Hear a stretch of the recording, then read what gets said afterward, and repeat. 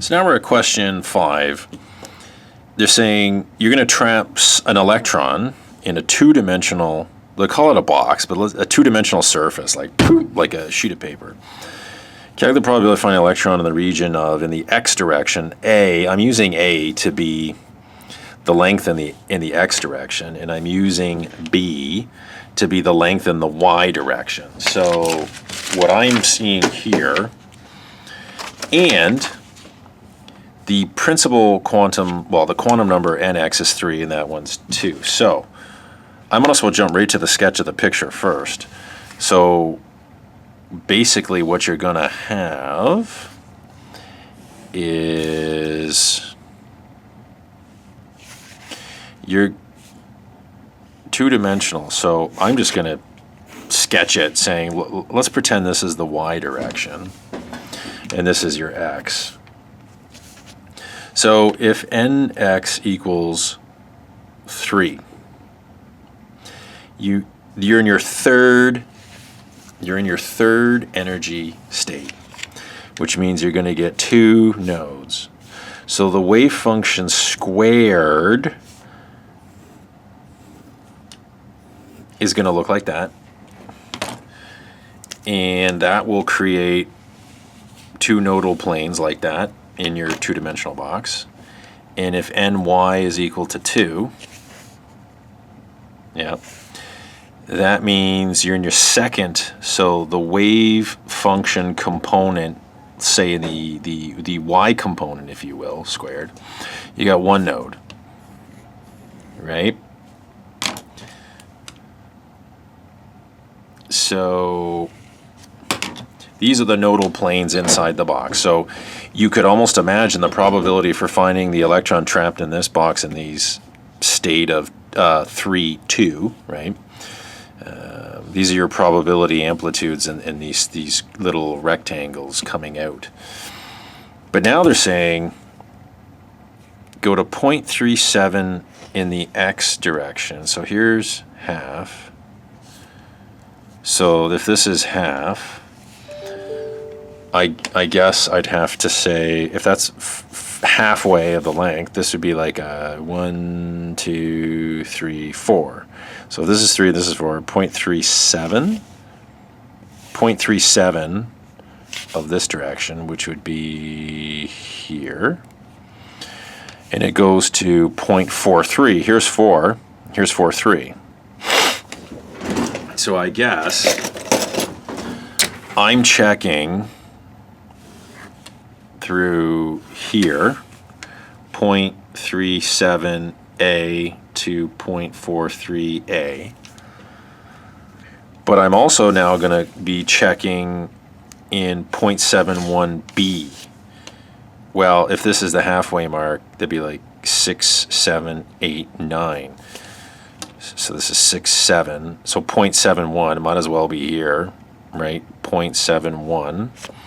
And it goes to 0.93. 0.93 is here. So I would go here and here. So what they're asking is,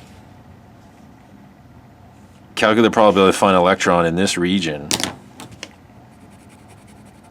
right here. So when you have an electron sitting in superposition, minding its own business, spaced out in electron density, looking like this, like these bigger rectangles, I'm going to probe that area looking for it. What are my chances of finding it? Well, obviously, the total area of this is equal to 1. This is going to come out to some decimal number being my chance or percent of finding it there. So this is essentially the answer for part B.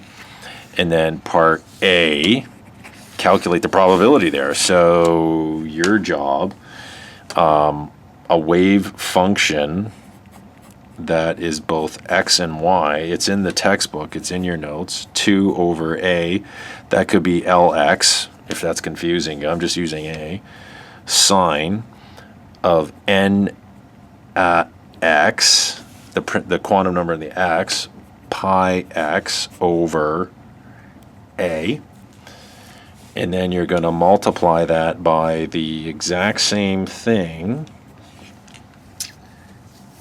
in B, That's the length of the y direction, and then it'll be sine ny pi y over b. That's the wave function right here. To calculate the probability that they're asking for, this is the x component. This is like the dx integral component, and this would be like the dy piece when you do double integrals, which I know you guys have done.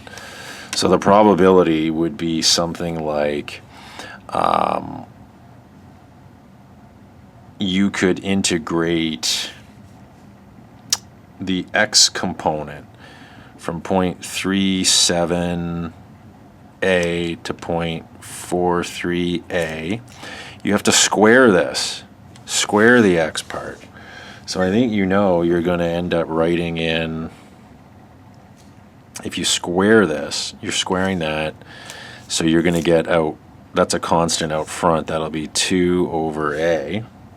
This gets squared, so you're going to have sine squared nx pi x a dx, and then you're going to multiply that by, from 0.71b to 0.93b, the 2 over b comes out front because you're squaring this, so you're going to get sine squared ny pi y over b dy. You guys can integrate these two pieces just like this is a calculus question now, and you're pretty much done. And your answer for this, to the probability or chances in a percent or the fraction, would be somewhere between 0.8, 0.008 and 0.01. Put this in percent, you'd get 0.8% up to, so your answer for this should be somewhere between 0.8 and 1% is your final answer. That means you've done it right.